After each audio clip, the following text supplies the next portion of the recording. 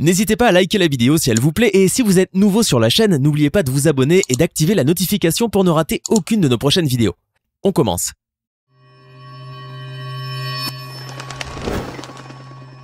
J'ai découvert que mon père n'était pas mon vrai père. Salut, moi c'est Grégoire, mais tout le monde m'appelle Greg. J'ai 14 ans et je vis à Marignane, une ville située dans le sud de la France. Ma vie était celle de l'adolescent normal jusqu'au jour où j'ai découvert que mon père n'était pas vraiment mon vrai père. Comment je l'ai appris ? Laissez-moi vous raconter mon histoire. Pour commencer, je suis l'aîné d'une fratrie de 3. J'ai un frère âgé de 12 ans et une petite sœur de 7 ans.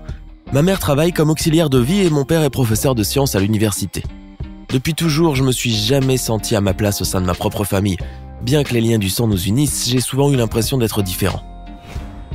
Tout d'abord, je ne ressemble presque pas à mes parents physiquement. J'ai juste hérité du nez aquilin de ma maman, mais moi je suis blond comparé aux membres de ma famille qui sont tous bruns.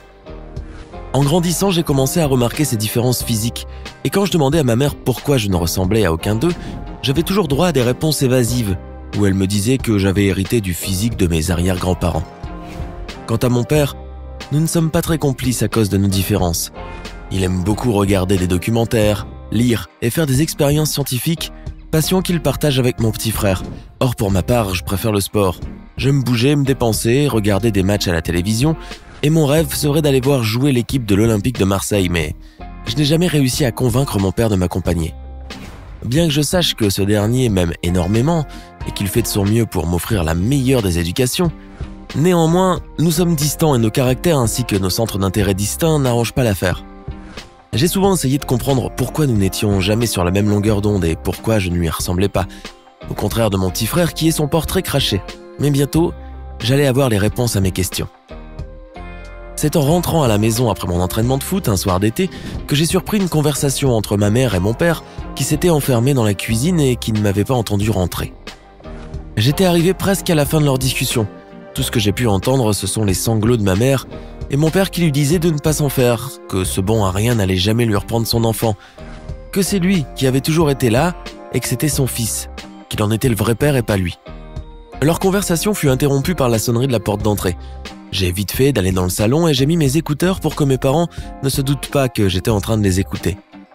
Mon père est allé ouvrir la porte, pendant ce temps ma mère est vite sortie de la cuisine, une lettre froissée à la main. Elle a couru vers sa chambre et s'est enfermée à l'intérieur. Elle n'en est sortie jusqu'au soir pour le dîner. Je pouvais sentir une certaine tension à table et moi-même j'étais perturbé par ce que je venais d'entendre. Le soir, je n'ai pas pu trouver le sommeil. Les paroles de mon père résonnaient sans cesse dans ma tête. À quel fils faisait-il allusion ? Qui était ce bon à rien qui voudrait reprendre son enfant ? J'étais persuadé que c'était à mon sujet. J'ai toujours pensé avoir été adopté, mais les photos de ma mère quand elle a accouché de moi prouvent le contraire. C'est ma maman biologique.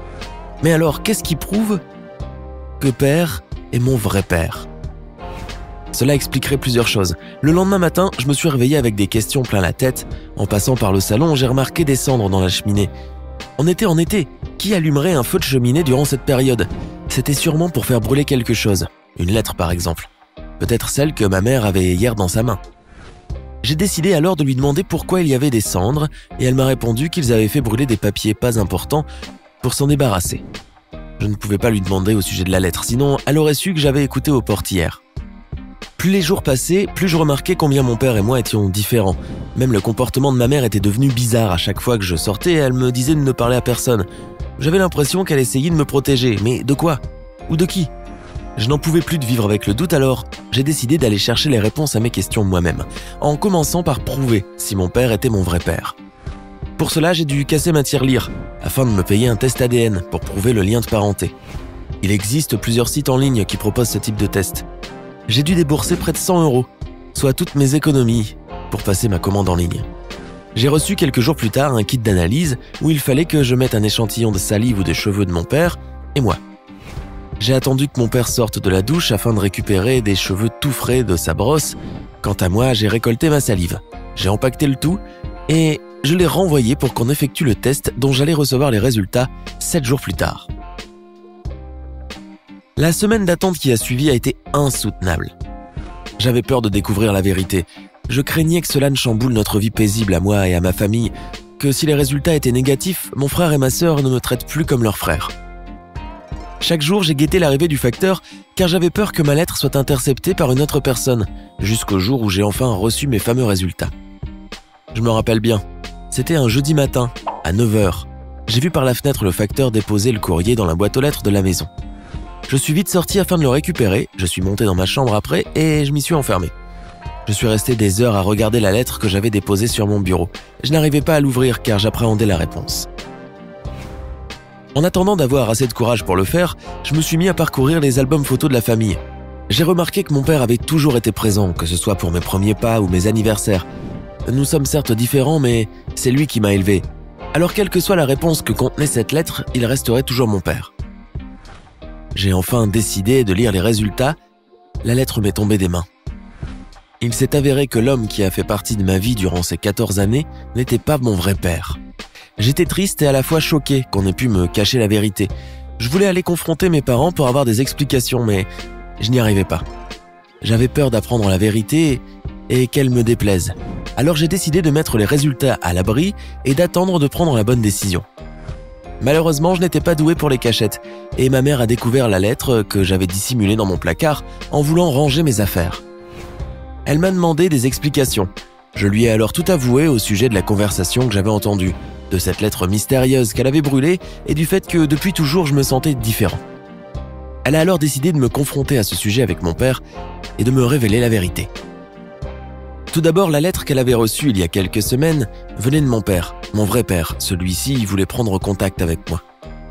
Il lui avait expliqué dans cette lettre qu'il avait emménagé à Marseille et qu'il désirait avoir un droit de visite pour voir son fils. Chose impensable pour ma mère qui, apparemment, détestait cet homme. Et je voulais savoir pourquoi elle lui interdisait de me voir. Ma mère me raconta alors toute l'histoire. Elle avait rencontré mon vrai père à l'université à Marseille. Il était un grand amoureux du sport et désirait devenir coach professionnel.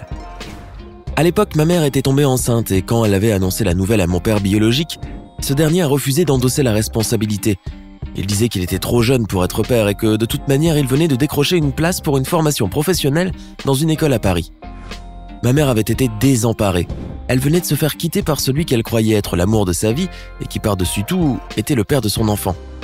Heureusement que 3 mois plus tard, elle avait fait la rencontre de l'homme qui allait l'épauler dans cette épreuve, qui allait accepter sa grossesse et m'élever comme son fils. Ils se sont rencontrés lors d'un cours en commun et ne se sont plus quittés depuis. Quant à mon vrai père, il s'en est allé pour faire carrière en tant que coach sportif. Il avait décidé de me renier pour aller réaliser ses rêves. Son égoïsme m'avait laissé sans voix. Comment mon vrai père a pu si facilement m'abandonner et réapparaître 14 ans plus tard afin de renouer les liens comme si de rien n'était? J'étais choqué. Je ressentais de la haine envers lui. Mais d'un côté, j'avais envie de savoir comment il était, est-ce que je lui ressemblais. Je savais déjà d'où ma passion pour le sport provenait. D'après ma mère, mon vrai père adorait le football tout comme moi. Il ne ratait aucun match. Mes parents ont ensuite décidé de dire la vérité à mon frère et à ma sœur qui l'ont bien pris. Ils m'ont dit que cela ne changeait rien en nos relations et l'amour qu'ils me portaient. J'avais l'impression que cette histoire avait soudé ma famille. Même mon père adoptif faisait plus d'efforts pour se rapprocher de moi. Il s'était enfin décidé à m'emmener voir un match et ça a été un super moment. Cependant, je n'arrêtais pas de penser à mon vrai père. J'avais plusieurs questions à lui poser. Je me demandais s'il avait pensé à moi durant toutes ces années et s'il regrettait son choix. Il n'avait pas eu d'autres enfants, j'étais son seul fils et il désirait me connaître. Suite à cette rencontre, d'autres ont suivi. J'avais réussi à créer des liens avec mon vrai père. Nous allions voir des matchs ensemble et faisions plusieurs activités. Toutefois, je faisais en sorte de passer du temps avec mon père adoptif qui pour moi reste celui qui m'a élevé et donné son nom. Une année s'est écoulée après la découverte de l'identité de mon vrai père. Nous étions en de bons termes jusqu'à ce qu'il reçoive une offre comme directeur d'une salle de sport à Paris, soit à plus de 7 heures de route de Marignane.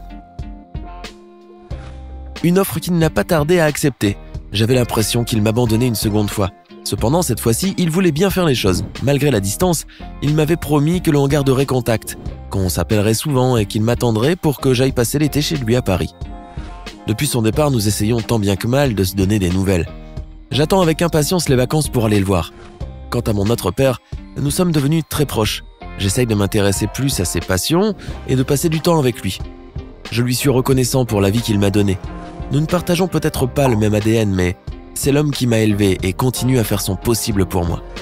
Morale de l'histoire, l'ADN est sans doute une affaire de famille, mais à la fin, ce sont les personnes qui ont su faire partie de notre vie et y rester qui importent le plus.